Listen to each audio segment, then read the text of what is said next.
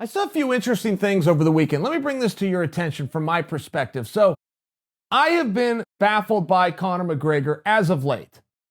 As of late, Conor McGregor appears to have no clear direction on why he's here or what he's trying to achieve. He has called everybody out, and this is for a period of time. I mean, this dates back almost 2 years now. I believe he started this the first night that ESPN debuted the UFC, which would have been Henry Cejudo versus Dillashaw in January of 2 years ago. And I remember seeing Conor's tweets that night calling guys out. Then every pay-per-view for the rest of time, he was calling somebody out, getting their hopes, and they'd all get excited. They all take the bait, right? They'd all take the bait. I mean, he was spreading this around. Going to fight Nate again. He was going to fight Masvidal. He was going to fight Frankie Edgar in there at one point. Frankie took that and was trying to run with it. Now, apparently, he is rematching Dustin. I remember Donald Cerrone got thrown in the mix at some point, and now it's RDA. I like Conor's attitude because I know Conor is sincere, that he wants to compete and he is not being picky with his opponents. I also feel that he thinks that that is the message that we're all hearing, but it's not. Over time, it's just been very unclear what it is do you want to do and why are we here? Are we here to win world championships? Because that was the story from the beginning. You had the rise of Conor McGregor. You had this guy with a great skill set, very fun from the entertainment aspect. So we would get your attention and get you to pay attention to then watch this great skill set. But he was also on a quest to become a world champion.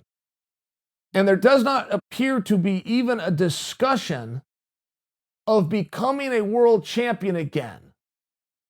And I do believe that that is what Conor has in his heart and soul. I would encourage Conor to come out and now make that part of the message, because he is appearing to go on a tour of things that he's already done, reminiscent of Dustin. And then somewhere there was even some Max talk. And I know that Diaz fight is still out there. And then he's talking about getting back in there with RDA. And I realize those guys never finished their business, but they did everything but that. It's one of these things. There's never been a guy who climbed Mount Everest, okay, got to the bottom, and there was a media reporter there and said, "What are you going to do next?" And he said, "I'm going to climb Mount Everest." You see where that just went? Do you get where that would be a little bit weird? So Conor going around on this tour, that's only been done one other time in sport. I mean, it's been done a number of times, but it's only been done one way, which is once the guy who is just the guy finally climbed the mountain, he's now going to go back and right all those wrongs. He's going to go whip every ass that ever got in his way, every blemish on his record. He's going to go back and fix those. And promoters are going to sign off on it, and the crowd's going to get behind it. And it's an easy story to tell. We've never seen the guy who was the victor go out of his way to get matches with guys who we already beat. It's the first time. And Conor's done a few first, but this one appears to be a miss. Who are we fighting and why are we here?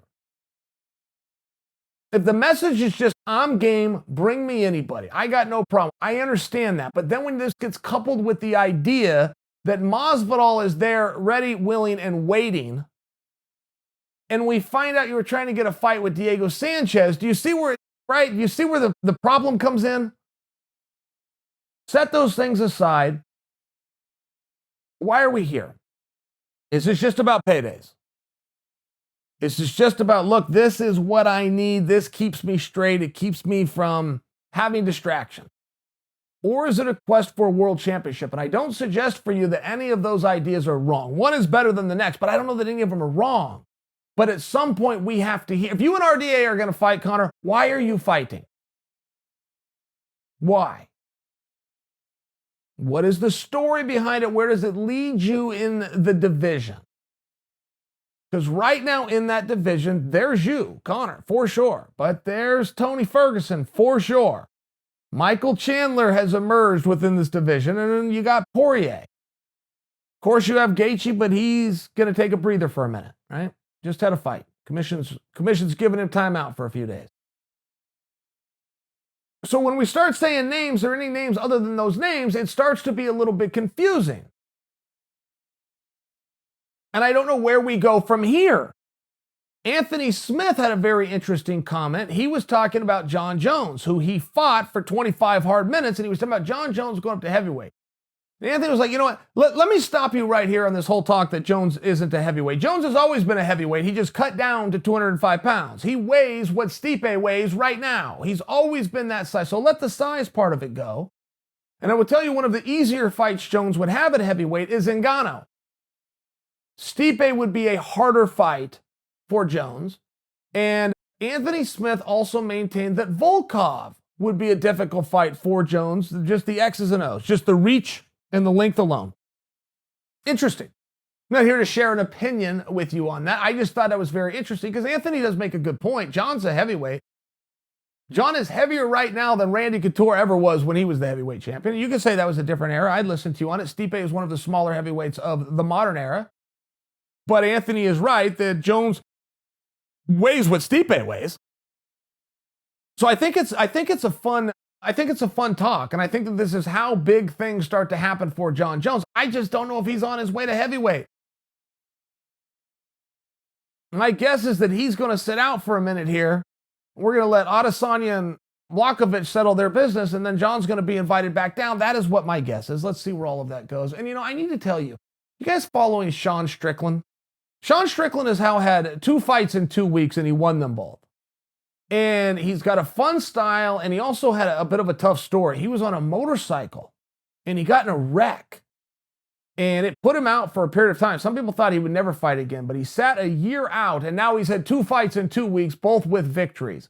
And I got to tell you, I met Sean. We were teammates and training partners at the Rain Training Center. And when I met him, he was like 21 years old.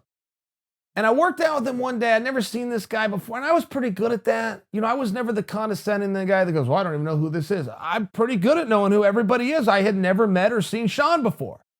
So it comes on the mat, and we're working out. He's good. He's really good.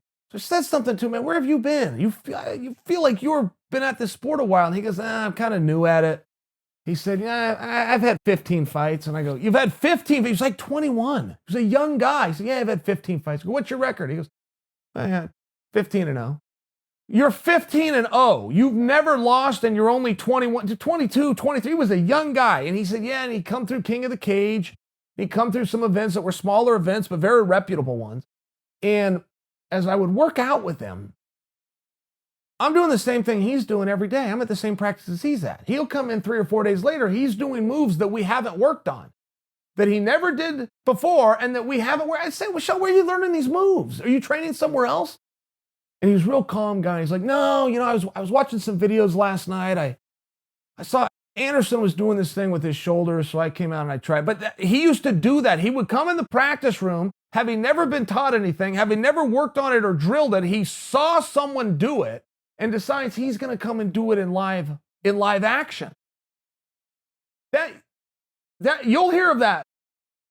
You'll hear of that. But that takes one hell of a special athlete. Monkey see, monkey do, right? It's an incredible way to learn, but it's hard. He saw, he came out and did it, and he also believed he could.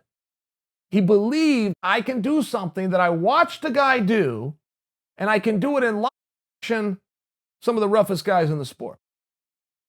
And I've always appreciated that he used to learn that way.